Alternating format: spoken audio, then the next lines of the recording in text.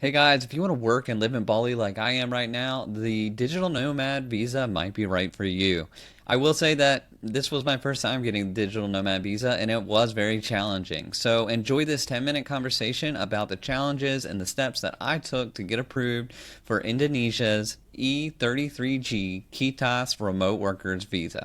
I have Young, and she is a with Bali Travel Solutions here in Bali. Welcome, Young. Hi Ryan, how are you? I'm good. I'm great. I'm here in Seminyak, thanks to you on a digital nomad visa, the E33G. So thank you again so much for helping me get that put together so quickly. So I wanted to just talk to the listeners about Bali's digital nomad visa because I think it's Yes. one of the best that's out there. And I know that in my experience, I tried to do it on my own at the beginning. I went to the immigration's website. I put in all the documentation.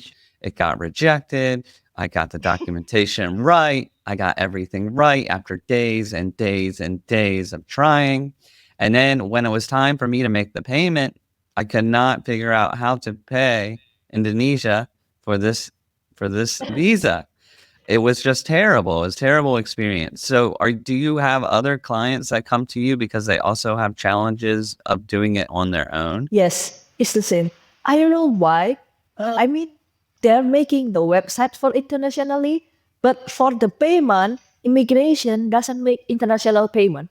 It's a little bit funny to hear, but it is what it is. Yeah, it is what it is. So yeah, I spent maybe 2 weeks trying to do it on my own, and then I reached out to one of the Facebook groups, and someone had suggested you because they had worked with you before, and so that's when I reached out.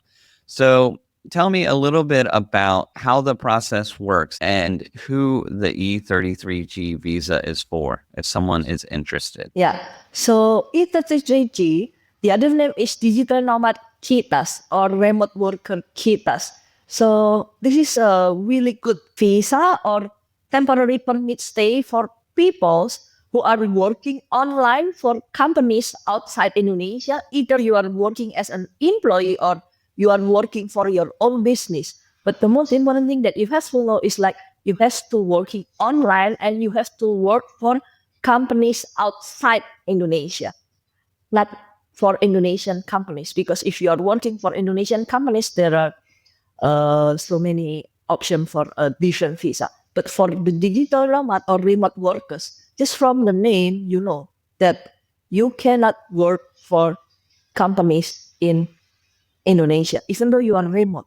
But still, that's the rules for immigration. But this is like one of the best because for so many times, like for years, many digital nomad peoples live in Bali, either in Seminyak like you or maybe like the village of digital nomad people, Jambu. But they don't have the right temporary permit stay. They only have visa, and this visa is not like really flexible. Like many hassles, you have to keep extending, or like it is single entry. So when you are like you are here, you have to stay here the whole time. You cannot leave the country at all, or like if you wanna have a short holiday, you cannot. But digital amat kitas because valid straight for 1 year, so you don't need to think about when do I need to extend every 30 days, every 60 days.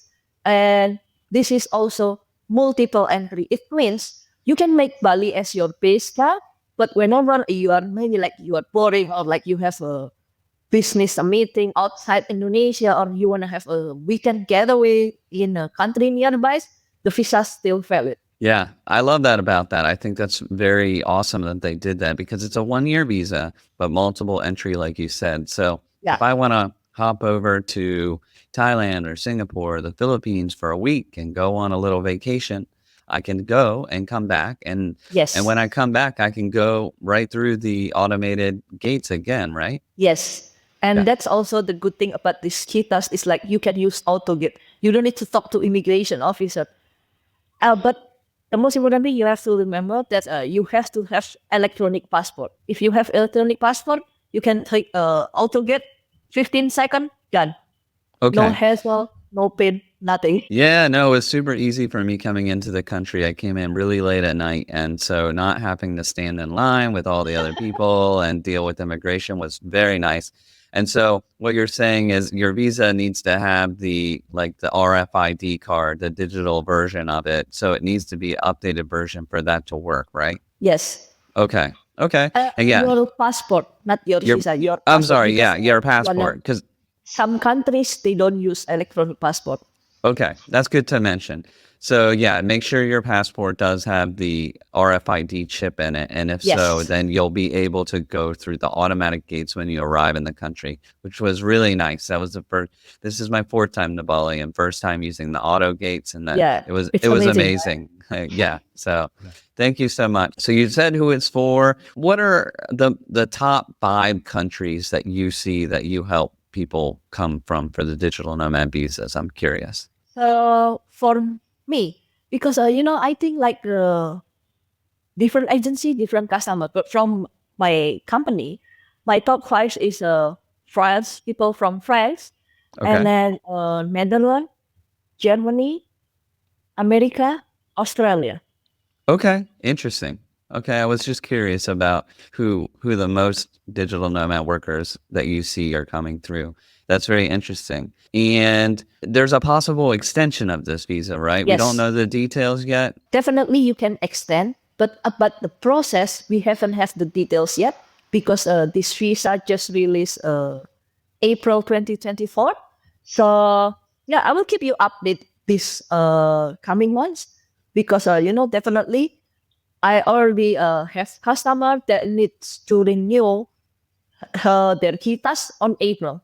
Okay. So basically we're waiting for immigration, Indonesian immigration to put the rules out and the Yes, guidelines for that, only right? about the process, but definitely you can extend. It's just Okay. about the process. Yeah, yeah, we're still waiting to understand that. Awesome. And as far as like what things do people need if they want to apply with you? Like what things do they need to give you and what is the cost to get you to help them with the digital nomad visa? So for now, the cost is a little bit changed from your last price because immigration just changed the fee last month, 20 December. So now the price is 14 million. I think it's 40 about million? 800, yeah, 800 US dollar, I think, something like that. Okay. And then it takes 7 working days. This is the thing that you need to pay attention. It's not 7 calendar days, but it's 7 working days or 7 business days. Okay. But that's Yeah. pretty fast. And what kind of documentation do you need from your clients to get the visa approved? So I need the passport. I need the photo, just like a passport photo. And then I need information about that you are working for a company outside Indonesia. Just to be sure, because I don't want any violence for this visa, because that will be my responsibility Sure. to immigration, because I am your guarantor. So I need to make sure that all my customers are really people who are working online. It's not like like if you have your own business, that's still okay. But I just want to be sure that you are not working in person in Indonesia. Like for example, teaching yoga, become a DJ. No, I just Yes. don't want that. So that's why I need that letter. That makes sense. And I see your travel agency as my guarantor on my Yeah, visa, on my kita. So you need to make sure you're doing your job correct so that you don't get in trouble. So we appreciate you exactly. outlining that. And so how can people reach you if they're interested in your services? Okay, so I have website. You can reach me at balitravel.solutions.com, or you Okay. also can text me on WhatsApp +62 8115 7995. Or you also can reach me on my Instagram at balitravel.solutions. Okay. Awesome. And we'll put that information in the show notes. Thank you. And I really appreciate you taking the time to meet with us and talk about the E33G visa. And I hope you have a great day. Yeah, you too. Bye bye. Bye.